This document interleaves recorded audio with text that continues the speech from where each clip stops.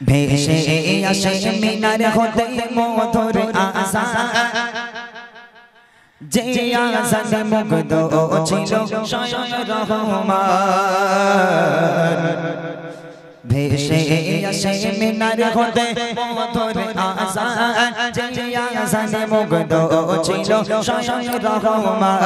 ভেসে আসে মিনার হতে মধুর আজান, যে আজানে মুগ্ধ ছিল স্বয়ং রহমান। যারা শুনেছিল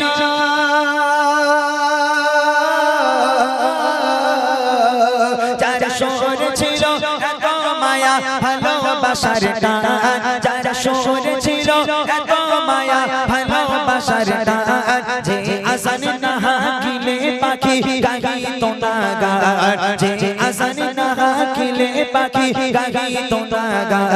ভেসে আসে মিনার হতে মধুর আজান, যে আজানে মুগ্ধ ছিল স্বয়ং রহমান। সাহাবায়ে কিরামগণ মিটিং বসালো, মিটিং করে তারা যুক্তি করলো বিলালের কণ্ঠ ভালো নয়, বিলাল ছিলেন তোতলা, বিলালের আওয়াজ শুদ্ধ নয়, অর্থাৎ বিলালকে বাদ দিয়ে একজন কারি সাহেব সাহাবা যার কণ্ঠ মধুর মতো, এইরকম একটা মধুর মতো কণ্ঠের অধিকারীকে আমরা মুয়াজ্জিন বানাবো। বিলালের কাছে গিয়ে বললো, হে বিলাল, আজ থেকে তোমার আর আজান দেওয়ার দরকার নেই, আজ থেকে আমরা অন্য মুয়াজ্জিনকে ঠিক করলাম। আহা, বিলালের মনের কষ্ট দেখেন। একদিন সাহাবারা মিলে নবীকে বলে, কণ্ঠ তাহার লাগে না ভালো, আছে ভরা ভুলে। একদিন সাহাবারা মিলে নবীকে বলে, কণ্ঠ তাহার লাগে না ভালো, আছে ভরা ভুলে।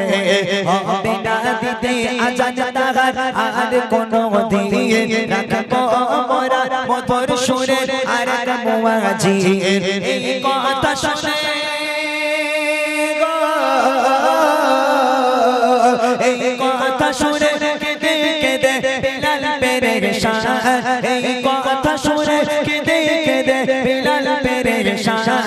লাগে না কেন ভালো আমার কণ্ঠের আহ্বান, লাগে না কেন ভালো আমার কণ্ঠের আহ্বান। ভেসে আসে মিনার হতে মধুর আজান, যে আজানে মুগ্ধ ছিল স্বয়ং রহমান। এইবারে দেখেন বিলাল বাড়ি গেল, সারা রাত বিলাল ঘুমায় না, নামাজের পাটি ফেলে আল্লাহর কাছে কাঁদতে কাঁদতে পুরো জামা কাপড় ভিজিয়ে ফেলেছে।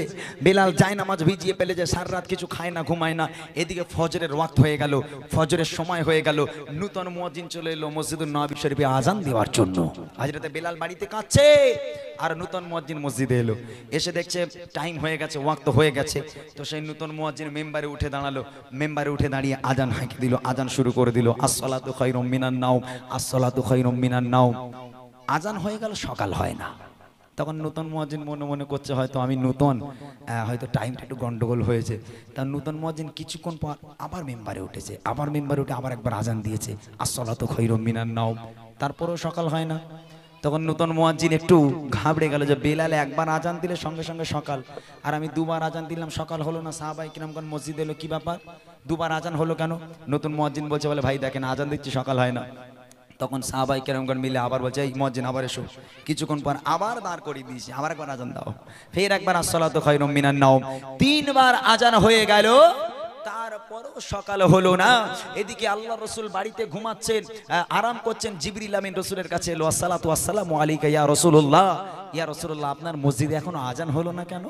আমার নবী ধরপর করে ঠেলে উঠে, স্ত্রী পাশে ছিলেন, স্ত্রীকে জিজ্ঞেস করছে, কি ব্যাপার বিবি, মসজিদে আজান হয়নি? বলে আজান হয়নি মানে আপনার নূতন মুয়াজ্জিন তিনবার আজান দিয়েছে আজ ভুল করে। তখন জিবরিল আমিন বলছে, ইয়া রাসূলুল্লাহ ইয়া হাবিবাল্লাহ, হযরতে বিলাল একবার আজান দেয়, আল্লাহ পাক আরশে মুআল্লায় বসে বসে বিলালের আজান শোনে। আর আজকের নূতন মুয়াজ্জিন তিনবার আজান দিল, প্রথম আসমান পর্যন্ত আজান পৌঁছালো না। কি বুঝলেন? প্রথম আসমান পর্যন্ত আজান পৌঁছালো না। আল্লাহ রাসূল এবার ধরপড় করে ঠেলে উঠে মসজিদের দিকে এগিয়ে গেল, দেখতে যাচ্ছে ব্যাপারটা কি। তারপর দেখেন কবি লিখছে, এবার ফজর দেদাকে নতুন মুয়াজ্জিন কাটে না আকার যেমন সকাল হতো প্রতিদিন, তিনবার বারে মেম্বারে উঠে আসান হেঁকে যায় তারপরেও কেন কাটে না রাত সকাল নাহি হয় জিবরিল আমিন গো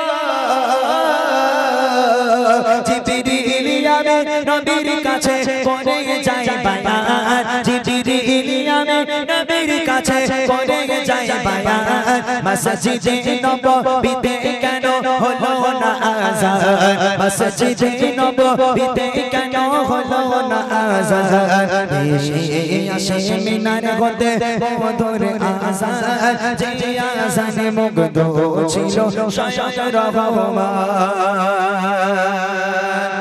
এইবারে দেখেন আমার নবী পাক গিয়ে যখন বুঝলো যে তিনবার আজান হয়েছে সকাল হয় না, জিবরিল আমিন আবার এলো রাসূলের কাছে, ইয়া রাসূলুল্লাহ ইয়া হাবিবাল্লাহ, আল্লাহ পাক আল্লাহ তাআলা আমাকে বলে পাঠিয়েছে যে আপনার বিলাল যদি একবার আজান দেয় সকাল হয়ে যায়, আর এই নূতন মুয়াজ্জিন তিনবার কেন যদি কাল কিয়ামত পর্যন্ত একভাবে আজান দিয়ে যায় তারপরও সকালের মুখ কেউ দেখতে পাবে না, যতক্ষণ বিলাল মেম্বারে না দাঁড়াবে সকাল হবে না।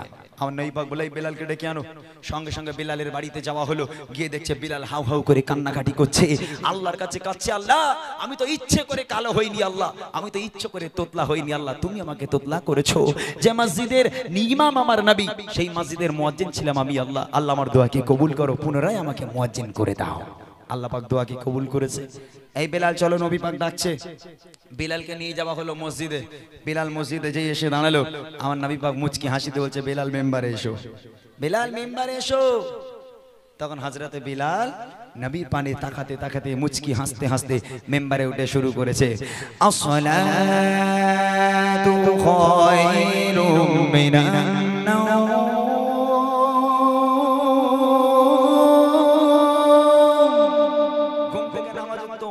একবার বেলাল বলল, একবার বেলাল আমার একবার বলল, আসসালাতু